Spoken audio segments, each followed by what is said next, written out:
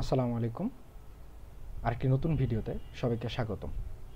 আজকের ভিডিওতে আমরা শিখব কিভাবে পিভট টেবিল ব্যবহার করে ডাটা অ্যানালাইসিস করতে হয়। তো প্রথমে আমরা দেখতে পাচ্ছি এখানে একটি টেবিল দেওয়া আছে, যে টেবিলের মধ্যে বিভিন্ন প্রোডাক্ট বিভিন্ন অঞ্চলে কী দামে বিক্রি হয়েছে, কত কোয়ান্টিটিতে বিক্রি হয়েছে, কোন রিজিয়নে কতটুকু বিক্রি হয়েছে সবগুলো দেওয়া আছে। তো এখানে যে বিচ্ছিন্নভাবে ডাটাগুলো দেওয়া আছে, এখান থেকে যদি আমরা প্রত্যেকটা ডাটা ম্যানুয়ালি আলাদা আলাদাভাবে পিক করে কোন অঞ্চলে কতটুকুতে বিক্রি হলো, কী পরিমাণ বিক্রি হয়েছে, এগুলো যদি আমরা অ্যানালাইসিস করতে চাই সেটা আমাদের জন্য যেমন ব্যয় সময় সাপেক্ষ তেমন কষ্টসাধ্য। সুতরাং আমরা এমন একটা পদ্ধতিতে ডাটাগুলো আলাদা করার চেষ্টা করব বা গোছানোর চেষ্টা করব যেটা আমাদের জন্য অনেকটা কম টাইম কনজিউমিং হয় এবং খুব শর্ট সময়ের মধ্যে খুব সুন্দরভাবে আমরা ডাটাগুলো আমাদের প্রয়োজন অনুযায়ী সাজিয়ে নিতে পারি। সুতরাং আমরা পিভট টেবিলের মাধ্যমে আজকে ডাটা অ্যানালাইসিস করা শিখব। তো প্রথমেই যে টেবিলটা আছে, এই টেবিলে যে ডাটাগুলো দেওয়া আছে, iPhone, MacBook, iWatch, iPad, AirPod, এগুলো কোন রিজিয়নে কোন সেলস মেথডে কত প্রাইজে বিক্রি হয়েছে, কতটুকু রেভিনিউ জেনারেট করেছে, কী পরিমাণ এক্সপেন্স হয়েছে, সবগুলো এখানে দেওয়া আছে। তো প্রথমত সিম্পলি আমি পুরো টেবিলটাকে সিলেক্ট করে নেব। সিলেক্ট করে এটাকে বোঝার সুবিধার্থে আরেকটা স্লাইডে নিয়ে পেস্ট করে দেব। সরি, এটা কপি করা হয়, হ্যাঁ কপি। নতুন একটা স্লাইড ওপেন করলাম, নতুন একটা স্লাইড ওপেন করে সেটাতে সিম্পলি পেস্ট করে দিলে আমার টেবিলটা আরেকটা নতুন স্লাইড ওপেন হয়ে গেল। ওকে, তো এখানে দেখতে পাচ্ছি কিছু হ্যাশ চিহ্ন আসছে। তো এটা আসছে কারণ এখানে পর্যাপ্ত স্পেস নেই। এখানে যদি আমি উপরে নিয়ে ডাবল ক্লিক করি তাহলে তার প্রয়োজন অনুযায়ী স্পেসটা চলে আসবে। এটা ম্যানুয়ালি সরিয়ে দেওয়া যায়, স্পেস বের করে দেওয়া যায়, অসুবিধা নেই। ডাবল ক্লিক করলেও প্রয়োজন অনুযায়ী স্পেস চলে আসে। তো এখন আমি এখানে যদি টেবিল আকারে দেওয়া না থাকতো তাহলে কি করতাম? তাহলে পুরো ডাটাটাকে কন্ট্রোল এ দিয়ে পুরো ডাটাটা সিলেক্ট করতাম। সিলেক্ট করে তারপর কন্ট্রোল টি প্রেস করলেই আমার টেবিলটা চলে আসতো।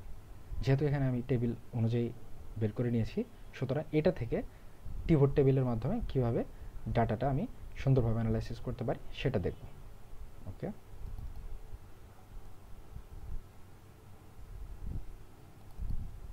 ওকে আমি জিনিসগুলোকে একটু ওকে সিলেক্ট করাই আছে, যেহেতু আমি ইনসার্টে চলে যাব। এই যে পিভট টেবিল একটা নিউ ওয়ার্কশিটে আমি এটা ওপেন করে নিচ্ছি, যাতে কোনো প্রকার ঝামেলা ছাড়াই আমি পিভট টেবিলের মাধ্যমে কীভাবে ডাটা অ্যানালাইসিস করতে সেটা করতে পারি। ওকে ওকে আমরা দেখতে পাচ্ছি এখানে আমাদের প্রত্যেকটা অপশন কিন্তু ডান সাইডে চলে এসেছে।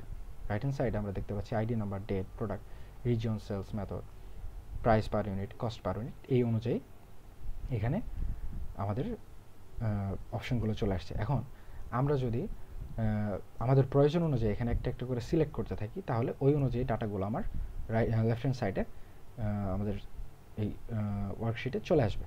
তো প্রথমেই আমরা ধরেন প্রোডাক্ট সিলেক্ট করলাম, তো প্রোডাক্টগুলো আমাদের এখানে চলে আসছে। AirPod, iPad, iPhone, iWatch, MacBook, XYZ চলে আসছে। তো এই প্রোডাক্ট অনুযায়ী আমরা রেভিনিউ দেখতে চাই যে কোন প্রোডাক্ট কতটুকু রেভিনিউ জেনারেট করেছে। তো রেভিনিউয়ে ক্লিক করলে আমাদের সাম অফ রেভিনিউটা এখানে চলে আসলো। তো আমরা দেখতে পাচ্ছি কোন প্রোডাক্ট কতটুকু রেভিনিউ জেনারেট করেছে, এটা এখানে শো করছে। ওকে, আমরা এটা থেকে রেভিনিউ জেনারেশনটা বুঝতে পারলাম। তারপর আমরা কোয়ান্টিটি দেখতে চাই, কতটুকু কোয়ান্টিটিতে এই প্রোডাক্টগুলো বিক্রি হয়েছে। এই কোয়ান্টিটি দেখতে হলে প্রথমে আমাদের সিম্পলি ক্লিক করে নিলেও হবে। তারপর যদি আমরা এটা ড্র্যাগ করে নিচে নিয়ে এখানে সিলেক্ট করে দিই, তাহলে আমাদের সাম অফ কোয়ান্টিটি চলে আসলো। ওকে, তারপর রেভিনিউয়ের মতো করে এক্সপেন্স বের করতে পারি, কস্ট পার ইউনিট বের করতে পারি, রিজিয়ন বের করতে পারি, যে কোন রিজিয়নে কোন প্রোডাক্টটি কত দামে কত কোয়ান্টিটিতে বিক্রি হয়েছে, এটা কিন্তু আমরা খুব সহজেই এই ছক থেকে বুঝতে পারছি। যেমন এয়ারপড নর্থ আমেরিকাতে রেভিনিউ জেনারেট করেছে এই পরিমাণ এবং তার কোয়ান্টিটিতে সেল হয়েছে এই পরিমাণ। ওকে, তারপর সেলস মেথড কি ইউজ হয়েছে এটাও যদি আমরা সিলেক্ট করে দিই সিম্পলি, তাহলে চলে আসবে যে কোন সেলস মেথডে কোন অঞ্চলে কোন প্রোডাক্ট কত দামে কত কোয়ান্টিটিতে বিক্রি হয়েছে। এটা কিন্তু পুরোটাই আমরা এই ছক থেকে এখন বুঝতে পারছি। তারপর আরও অপশন আমাদের এখানে আছে। এখানে আমরা ফিল্টারিং করতে পারবো, কলাম, রো এগুলো সিলেক্ট করতে পারবো। তারপর আমরা এখানে আরও যেটা আনতে পারছি সেটা হচ্ছে প্রাইস পার ইউনিট আমরা নিতে পারলাম, প্রাইস পার ইউনিট কী পরিমাণ হচ্ছে, কস্ট পার ইউনিট কী পরিমাণ হচ্ছে। তো এটা যদি আমরা অ্যাভারেজে আনতে চাই সাম অফ কস্ট পার ইউনিটের জায়গায়, তাহলে আমরা নিচে চলে যাব, সাম অফ কস্ট পার ইউনিটের জায়গায় এখানে ক্লিক করব, ক্লিক করে ভ্যালু ফিল্ড সেটিংয়ে চলে যাব, তারপর অ্যাভারেজে গিয়ে ওকে ক্লিক করলেই সিম্পলি আমরা অ্যাভারেজ অফ কস্ট পার ইউনিটটা চলে আসতেছে। Same case some of price per ইউনিটের ক্ষেত্রেও সেম, আমরা খুব সুন্দরভাবে অ্যাভারেজ সিলেক্ট করে ওকে করলেই আমাদের অ্যাভারেজটাও চলে আসতেছে। তারপর এক্সপেন্স আছে, যে কোন অঞ্চলে কোন প্রোডাক্টে কী পরিমাণ এক্সপেন্স হয়েছে সেটা যদি আমরা জানতে চাই ক্লিক করলাম, চলে আসলো। ডেটটা যদি জানতে চাই ডেটে ক্লিক করে দিব, ডেটটাও চলে আসলো, জানুয়ারি, এপ্রিল, আগস্ট, পুরো ডেটে কোন প্রোডাক্ট কোন অঞ্চলে কতটুকুতে বিক্রি হয়েছে এটাও কিন্তু আমরা খুব স্পষ্টভাবে দেখতে পাচ্ছি। সাধারণ একটা টেবিলের সাথে পিভট টেবিলের ডিফারেন্সটা হচ্ছে এখানে যত সহজে ডাটা দেখে বোঝা যায়, যত সহজে ডিসিশন মেকিং করা যায়, এটা সাধারণ টেবিলে প্রায় ইম্পসিবল। আগে ডাটাগুলোকে গোছাতে হবে, প্রত্যেকটা প্রোডাক্টকে আলাদা করতে হবে, তার reason wise, cost wise, revenue wise আলাদা করে তারপর কম্পেয়ার করতে হবে। সুতরাং ডিসিশন মেকিংয়ের ক্ষেত্রে ডাটা অ্যানালাইসিস করতে হলে আমাদের পিভট টেবিল ইউজ করাটা অত্যন্ত উপকারী। আমরা এটার মাধ্যমে আমরা খুব সহজেই আমাদের প্রফেশনাল লাইফেও কোনো ডিসিশন মেকিংয়ের ক্ষেত্রে বা সেলস কোন অঞ্চলে কতটুকু কোন প্রোডাক্ট রেভিনিউ জেনারেট করতে পারছে ভালো, প্রফিট জেনারেট করতে পারছে ভালো, এটা আমরা বুঝতে পারবো এবং আমাদের পরবর্তী ডিসিশন মেকিংয়ের ক্ষেত্রেও এটা অত্যন্ত হেল্পফুল হবে। তো তারপর এখানে আমরা প্রায় প্রত্যেকটা অপশনে আমরা এখানে নিয়ে নিয়েছি। তারপর আইডি নাম্বার যদি দিতে চাই আইডি নাম্বারও দিয়ে দিতে পারবো, সেটার অপশন আছে। প্রত্যেকটা ইনফরমেশন যেগুলো টেবিলে অ্যাভেলেবেল ছিল প্রত্যেকটা কিন্তু আমরা এখানে খুব সুন্দরভাবে গোছানো অবস্থায় কিন্তু পেয়ে গেছি।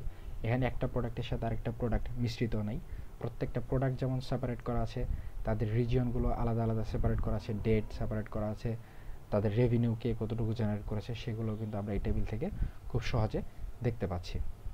কোন কোয়ান্টিটিতে কোন অঞ্চলে কোন কোন প্রোডাক্ট বিক্রি হয়েছে তাও কিন্তু আমরা খুব স্পষ্টত একদম রিজিয়ন অনুযায়ী, প্রোডাক্ট অনুযায়ী quantity, revenue, cost, price, expense সব আমরা খুব সুন্দরভাবে দেখতে পাচ্ছি। তো এইভাবে আমরা পিভট টেবিল ইউজ করে আমরা ডাটা অ্যানালাইসিস করতে পারবো এবং আমাদের প্রফেশনাল বা পার্সোনাল লাইফেও আমরা ইউজ করতে পারি।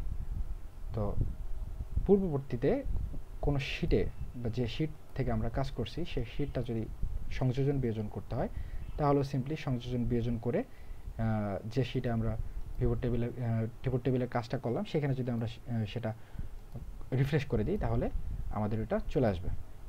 খুব সিম্পলি আমরা কোনো ঝামেলা ছাড়াই পরবর্তীতেও কোনো সংযোজন বিয়োজন হলে সেই তথ্য সহ খুব সুন্দরভাবে এই পিভট টেবিলের মাধ্যমে আমরা পেয়ে যাব। সুতরাং পিভট টেবিল ব্যবহার করে আমরা আমাদের ব্যক্তিগত এবং প্রফেশনাল লাইফেও খুব সহজে ডাটা অ্যানালাইসিস করতে পারবো। আশা করি সবাই খুব সুন্দরভাবে বিষয়টি বুঝতে পারবেন এবং নিজের জীবন সহজতর করার জন্য পিভট টেবিল ব্যবহার করতে পারবেন। আজকের মতো এই পর্যন্তই। ধন্যবাদ সবাইকে। আসসালামু আলাইকুম।